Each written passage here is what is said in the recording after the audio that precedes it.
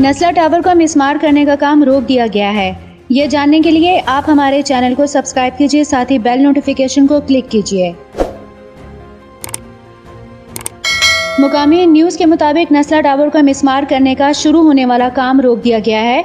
Commissioner Karachi की हिदायत पर सिंध बिल्डिंग कंट्रोल अथॉरिटी का डेमोलिशन स्क्वाड पीर की रात मजदूरों के साथ नस्ला टावर पहुंचा और पार्किंग फ्लोर्स के बाद बालाई मंजिल के फ्लैटों की दीवारों को तोड़ना शुरू कर दिया गया। इस मौके पर SBCA जिले शर्की के डायरेक्टर मोहम्मद जिया और रेहान खान भी मौजूद थे। डिप्टी कमिश्नर शर्की आसिफ जान का कहना था कि नस्ला टावर को आम तरीके से तोड़ना शुरू किया गया है। इब्तदाई तौर पर दरवाजे और खिड़कियां तोड़ी जाएंगी। उनका कहना था कि इमारत तोड़ने के टेंडर का फैसला अभी नहीं हुआ है। जब तक फैसला नहीं होता है, इसे आम तरीके से तोड़ने का अमल जारी रखा जाएगा। ऑपरेशन के दौरान असिस्टेंट कमिश्नर फेरोज आसमा बतूल भी नस्ला टावर पहुंची और उन्होंने बताया कि ऊपर से पत्थर गिर रहे थे, कोई जानी नुकसान हो सकता था, इसलिए वक्ती तौर पर गिराने का काम रोक दिया गया है। हिफाजती इंतजामात के बाद ऑपरेशन दोबारा शुरू किया जाएगा।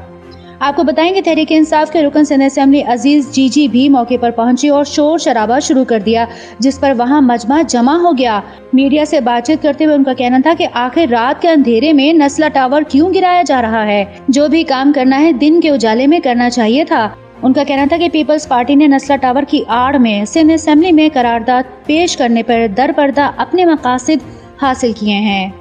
मजीद आपको बताएं कि आला अदलिया के अहकामात पर अमल दरामद करते हुए तिजोरी हाइट्स की गैर कानूनी तामीरात को मिसमार करने का काम शुरू हो गया है। पीर को तिजोरी हाइट्स को मिसमार करने के लिए हैवी मशीनरी पहुंची थी और हैवी मशीनरी के जरिए तिजोरी हाइट्स की गैर कानूनी तामीरात को मुनहदम करना शुरू कर दिया गया था। पहले मरहले में तिजोरी हाइट्स के साइट ऑफिस को मिसमार किया जा रहा है। तिजोरी हाइट्स के हवाले से 24 नवंबर को सुप्रीम कोर्ट में रिपोर्ट भी जमा कराई जानी है।